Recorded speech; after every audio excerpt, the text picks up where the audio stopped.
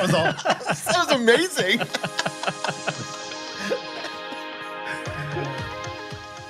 Hey, everybody. Welcome back to the Son of Grace podcast, where every single week we do our very best to help you, our church family, dive deeper into community and what it means to live out our rally cry that no one walks alone. We're here today in person. Hey. I'm Tony. I'm Dave. I'm Dusty. What'd you guys think of that? I felt like we nailed the intro. I feel like we did. We weren't in the same key that we thought we might be in, but it just made it that much more lovable. I don't have any Dave keys. and I don't have any keys. I don't know how to be in key at all. I don't know what that means. To be We in know. key. We know. Yeah. So bad. Well, it's Wednesday. How is you guys doing? What's going on in your world? Anything exciting? Nope. No? Why are we so boring? It's just another Wednesday.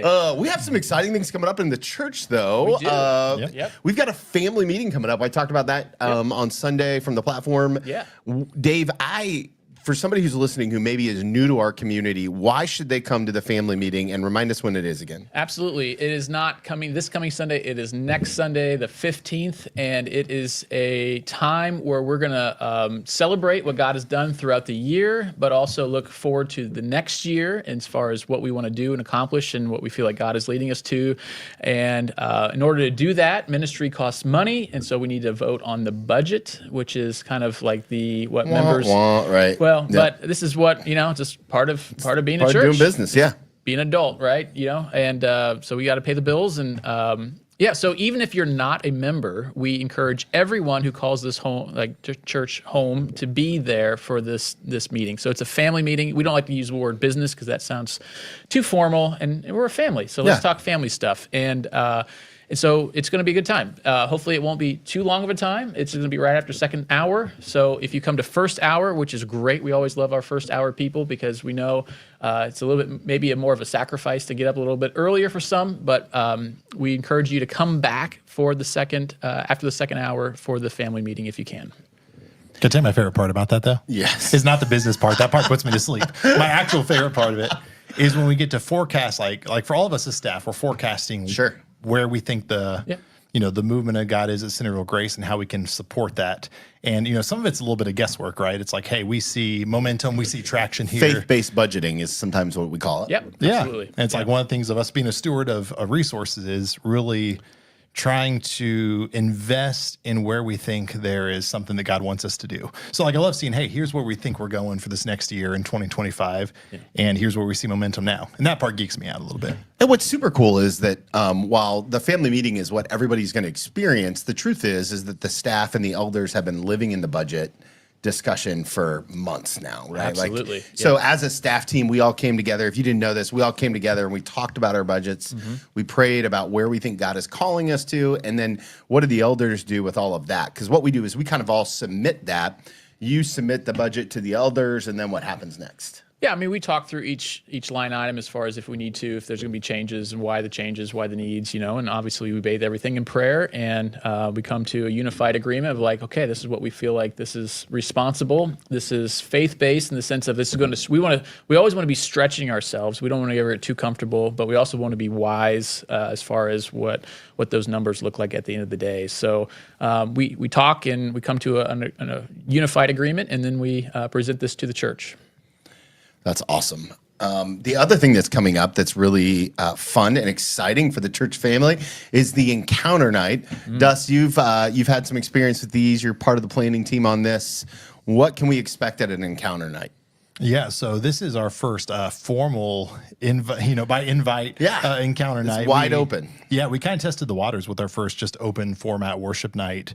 It was like maybe 1 and 2 months ago. I don't remember the date off the top of my head. But I was really encouraged walking away from that because we purposely didn't promote that except for the Sunday right before it happened on Wednesday.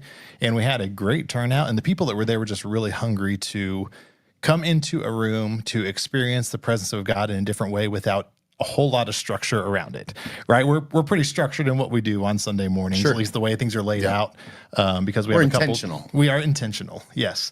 But this is a night where we've got some songs in there. We're not putting a whole lot of rules and regulations on it. We're just going to create some space to encounter God in a fresh way. The prayer team is hugely involved in this. Yeah, the prayer team is I'm so excited because some of our prayer team leaders are going to be speaking on the platform about different types of prayer. So we're going to use the ACTS acronym, which we use in disciple making all the time: adoration, confession, thanksgiving, supplication.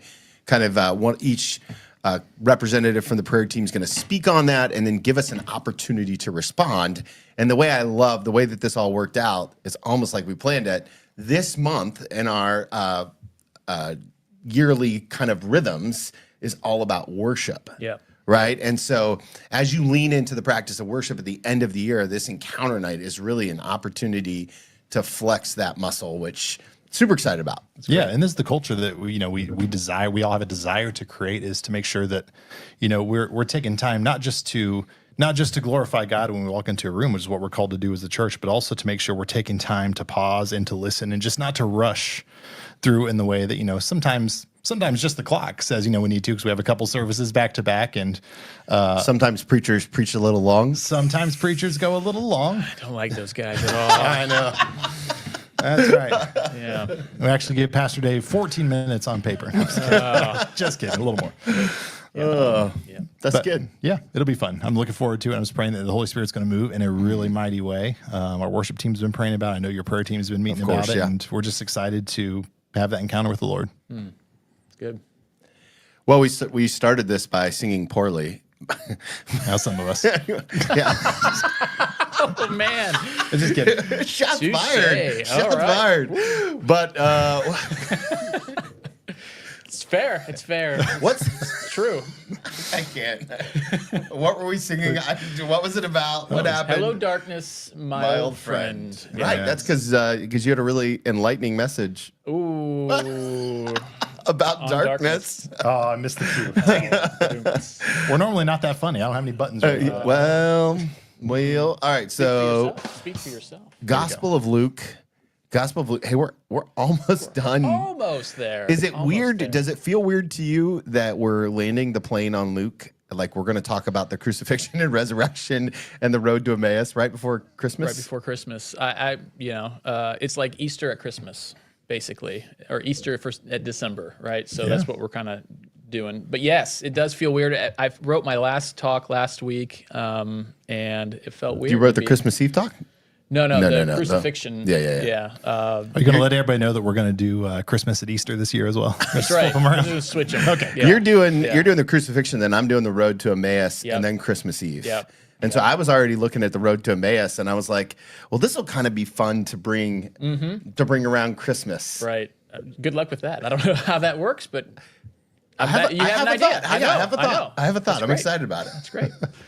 Yeah. But all of that, let's get back to darkness. Let's get back to the darkness. This is the text this afternoon.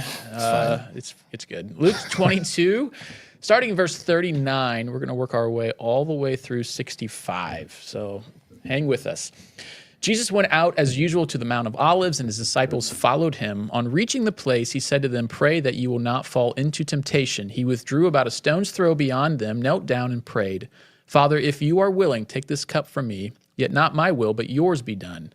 An angel from heaven appeared to him and strengthened him, and being in anguish, he prayed more earnestly, and his sweat was like drops of blood falling to the ground. When he rose from prayer and went back to the disciples, he found them asleep, exhausted from sorrow. "Why are you sleeping?" he asked them. "Get up and pray so that you will not fall into temptation."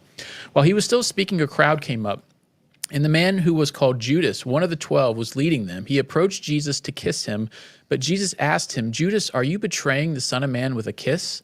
When Jesus' followers saw what was going to happen, they said, "Lord, should we strike with our swords?"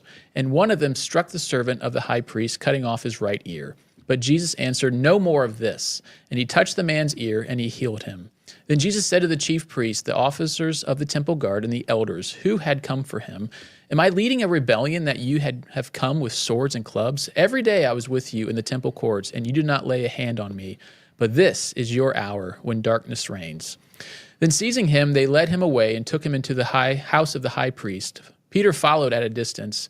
But when they had kindled a fire in the middle of the courtyard and had sat down together, Peter sat down with them. A servant girl saw him seated there in the firelight. She looked closely at him and said, "This man was with him." But he denied it. "Woman, I don't know him," he said.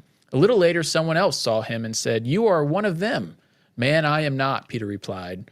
About an hour later, another asserted, "Certainly this fellow was with him, for he is a Galilean." Peter replied, "Man, I don't know what you're talking about." Just as he was speaking, the rooster crowed. The Lord turned and looked straight at Peter. Then Peter remembered the word of the Lord had spoken to him, "Before the rooster crows today, you will disown me 3 times." And he went outside and wept bitterly. The men who were guarding Jesus began mocking and beating him. They blindfolded him and demanded, "Prophesy, who hit you?" And they said many other insulting things to him. It's a lot of text. It's a lot of stories. It's a lot. Yep. As I was listening to this message on Sunday, one of the things that struck me is that we don't talk about times of darkness very much. As a, you know what I mean? Like I'm curious, what's your personal thoughts on darkness in your life, right? Because I think it's important as Christians, especially as Christian leaders in the church, that we are authentic and vulnerable about that. Absolutely. Yeah, I mean, darkness, I always think of like the dark night of the soul. I think a lot of people don't know what that is. Okay. Yeah. You want to explain it to me? Nope. Go ahead.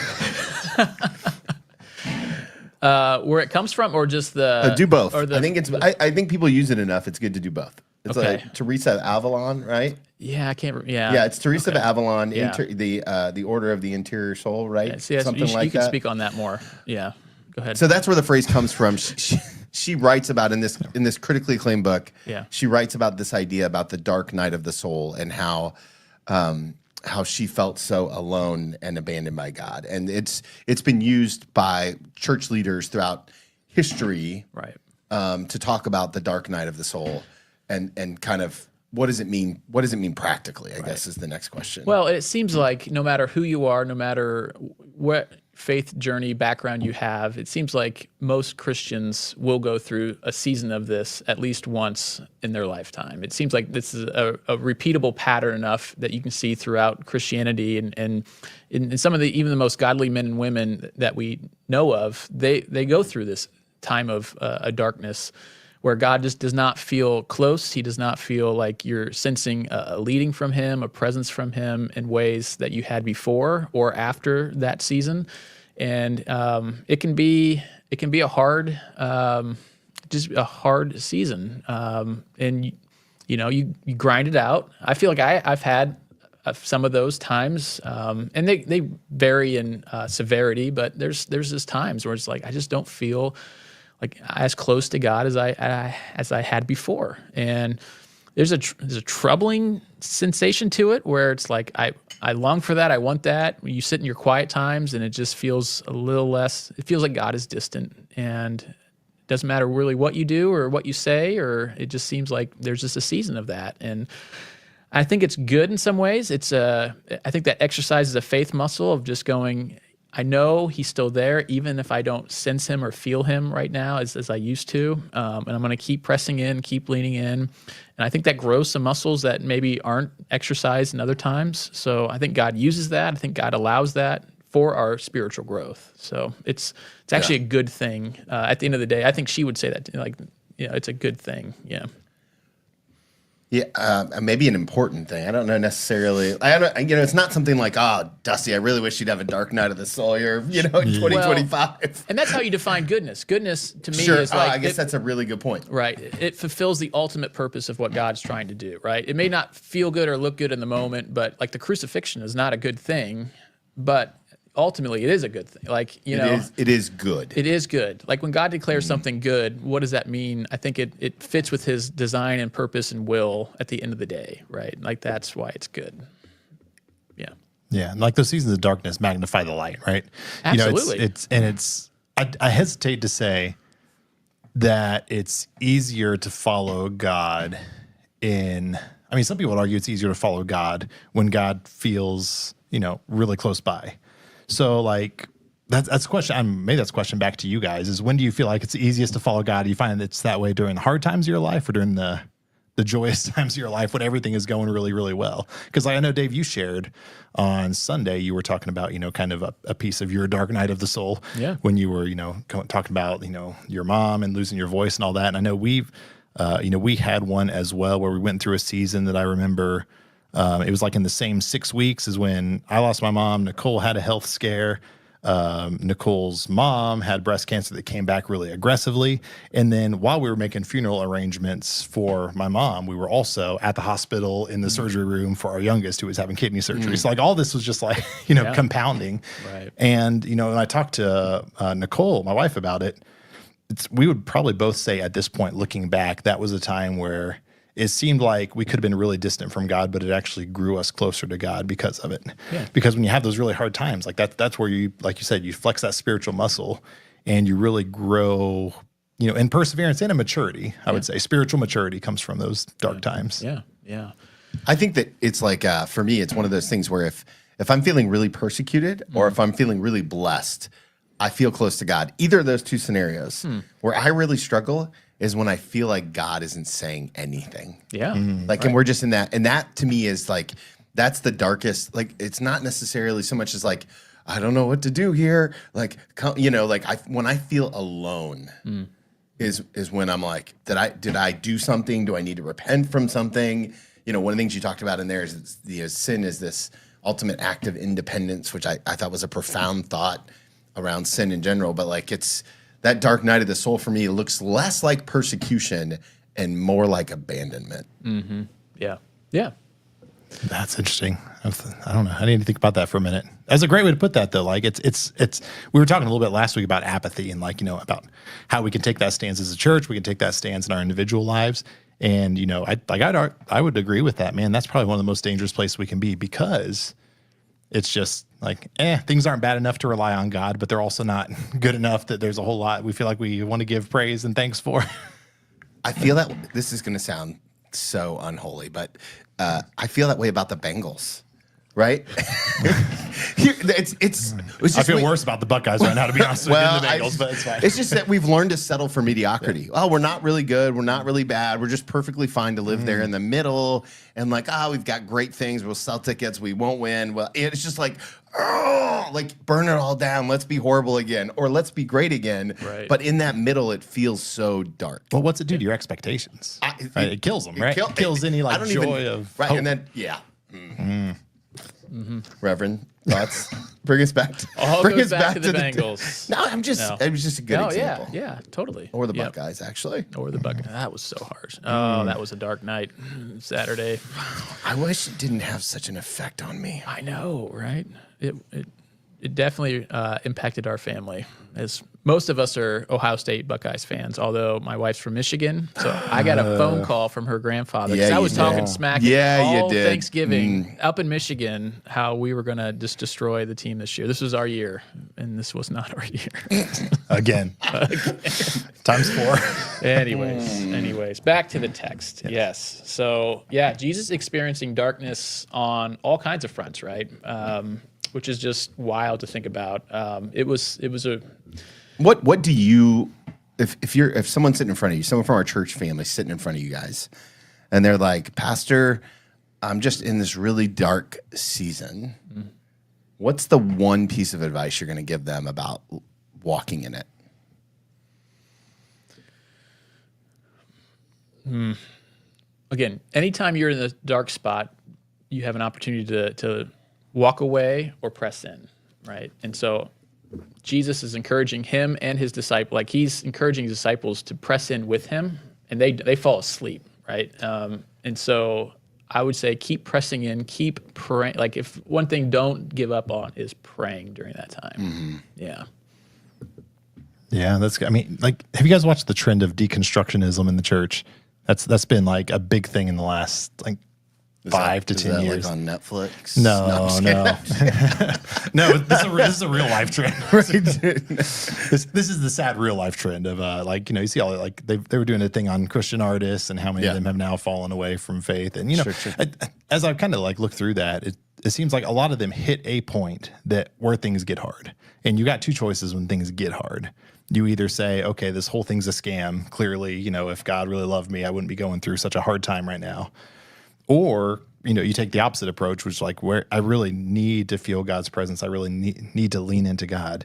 And, it seems like what you do in those moments, like those are crucial moments that affect your faith in real practical ways. It's one thing to read about, what Jesus was doing. It's another thing to feel the darkness in your own soul kind of creeping in because you're just in a terrible situation. And like, I guess I would encourage people just really spend time, like Pastor Dave said, praying, and then realizing that like you are going to make a choice out of this. You're either going to let this build your faith or you're going to let it destroy it. Yeah.